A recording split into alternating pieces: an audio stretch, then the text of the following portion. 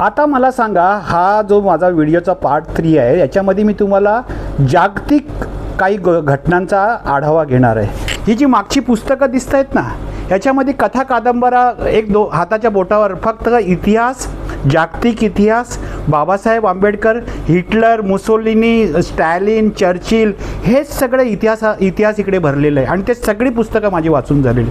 मी तुम्हाला हे सांगतो, जरा तुमच्या अभ्यासात भर घालतो. तुम्हाला आठवत असेल जर्मनीमध्ये हिटलरच्या जेव्हा अधिपत्याखाली त्या पोलिसांनी, त्या गेस्टापोनी, नाझीजनी जो अत्याचार केला, हिटलर तर गोळी मारून मरून गेला. पण त्यानंतर दोस्त राष्ट्रांनी त्यांना जगातल्या कान्याकोपऱ्यातून शोधून काढलं आणि त्यांच्यावर खटले भरले. तो खटला म्हणतात न्यूरनबर्ग खटला, जो नेदरलँडमध्ये चालवला गेला. आणि काही नाझी लीडर्स जे हिटलरबरोबर, म्हणजे रुडॉल्फ हेस मी तुम्हाला सांगतो, त्याला जन्मठेप झाली. तो वयाच्या 92व्या वर्षापर्यंत जगला, वयाच्या 92व्या वर्षापर्यंत जगला. पण तोपर्यंत तो जेलमध्ये होता. 92व्या वर्षी तो वारला. मला हे तुम्हाला म्हणजे घाबरवण्यासाठी किंवा तुम्हाला म्हणजे याच्यासाठी नाही सांगत, हे घडलेलं आहे, हे इतिहास आहे.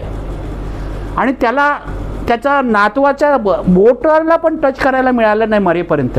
त्याचे जे मुलं, त्याचे नातवंड झाले ते.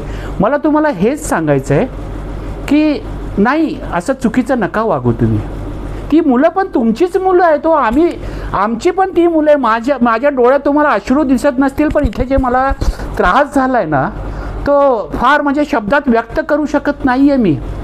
आणि म्हणून तुम्हाला सांगतो, अजूनही वेळ गेलेली नाही, अजूनही तुमच्या काही वर्षाच्या सर्व्हिस बाकी आहेत. तरुणांवर असा अत्याचार करू नका. खूप खूप खूप खूप खूप खूप दुःख झालं आम्हाला, खूप दुःख झालं. त्या दिल्ली पोलिसांनी तर अशा तरुणांवर अत्याचार केले. आज दिल्लीच्या इथे त्यांचं एक प्रदर्शन भरले. रस्त्यावर जे चपला बूट पडले होते ना, ते त्यांनी एका प्रदर्शनामध्ये मांडून ठेवले. सेम पोलंड येथे ॲश्विट्झ म्हणून गाव आहे, तिथे जे 60 लाख ज्यू मारलेत ना, त्यांचे केस, त्यांची हाडे, त्यांचे जे अंतर्वस्त्र, त्यांचे कपडे, ते तिकडे प्रिझर्व करून ठेवलेत आणि जगातले लोक ते बघायला तिकडे जातात. तर सांगायचा मुद्दा हा आहे की इतिहास कधीच कोणालाच माफ करत नाही. मग माझ्या हातून काही चूक झाली असेल तर मलाही माफ करणार नाही, आणि दुसऱ्यांच्या हातून चूक झाली असेल तर कोणाला माफ कर. अहो, तुम्हाला जर एवढीच खुमखुमी किंवा जर म्हणजे हे असेल, परवा जे 6 खासदार फुटले, त्याच्यामधला एक खासदार संजय पाटील धडधडीत कॅमेऱ्यावर पत्रकारांना धमक्या देतोय की माझ्या नादी नका लागू, नाहीतर मी बॉम्ब फोडीन. आणि मी त्यावेळेस 5 लोकांना वर ढगात पाठवलं. कॅमेऱ्यावर बोलला तो. अहो, का नाही तुम्ही त्याच्यावर काय ॲक्शन घेतली? का नाही तुमचा अंतरात्म्याला त्रास झाला की हे काय ऐकतोय मी? आणि आज तो माणूस म्हणजे कॉलर टाईट करून फिरतोय. मग तुम्हाला तेच सांगतो, तुमच्या हातात सत्ता आहे, ती चांगल्या कामासाठी वापरा. मी हे कुठल्याच याच्यासाठी, म्हणजे मी रील मास्टर नाही आहे, मी कुठल्या पॉलिटिकल पार्टीशी संबंधित नाही आहे, पुढेही असणार नाही आहे. पण हे जे काय माझ्या मनाला दुःख झालेलं आहे ते तुमच्याशी याच्यासाठी शेअर करतोय की अजूनही तुम्ही सर्व्हिसमध्ये आहात. असाच प्रसंग उद्याही येणार आहे, परवाही येणार आहे. त्यावेळेस तुम्ही कसं वागायचं ते आज ठरवा. मला तेच तुम्हाला सांगायचं आहे. कारण तुमची मुलं जे आहेत, जे आज लहान आहेत, ती पण शाळा कॉलेजात जात असतील, त्यांच्याही परीक्षा होत असतील, त्यांच्याही परीक्षेचे पेपर फुटत असतील. त्यावेळेस त्यांच्या मनाला काय यातना होत असतील, तुम्हाला काय यातना होत असतील. आणि ही मुलं काय मागतायत? हो, तेच मागतायत ना. ते तर म्हणतायत की शिक्षण मंत्र्याचा राजीनामा पाहिजे. याच्या व्यतिरिक्त त्यांनी काय मागितलं होतं?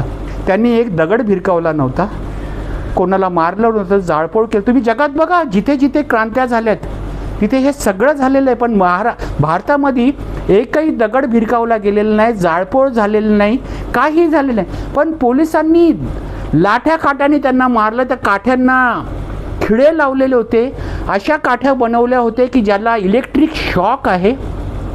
अरे अरे अरे अरे अरे, हे बघून किती दुःख झालं असेल माझ्या मनाला, हे मला माहिती आहे. प्लीज प्लीज प्लीज तुम्हाला सगळ्यांना ही विनंती करतो की परत असं करू नका.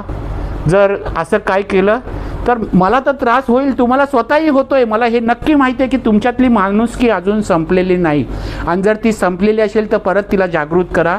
आणि लक्ष ठेवा की जशी तुमची मुलं आहेत तशी तीच पण कोणाची तरी मुलं आहेत, त्यांचे पण घरी कोणतेही वाट बघणारे आहेत, आणि तेच उद्याचं देश आहे. तेच उद्याचे राज्यकर्ते असतील, तेच उद्याचे शासनकर्ते असतील. त्यांनी जर तुम्हाला शोधून काढलं, त्यांनी जर तुमच्या मुलांना त्रास दिला, त्यांनी जर तुमच्या अगेन्स्ट, आणि मी आज ऐकलं ॲम्नेस्टी इंटरनॅशनलनी याच्यावर दखल घेतली आहे, तर प्लीज प्लीज असं करू नका. तुम्हाला हात जोडून कळकळीची विनंती आहे, प्लीज असं करू नका. आणि मी पोलीस असण्याचा जो मला त्रास झालेला आहे, जो पोलिसांचा मला अभिमान होता, तो परत मिळवून देण्यासाठी तुम्ही मला मदत करा. जय भीम, जय महाराष्ट्र आणि जय हिंद.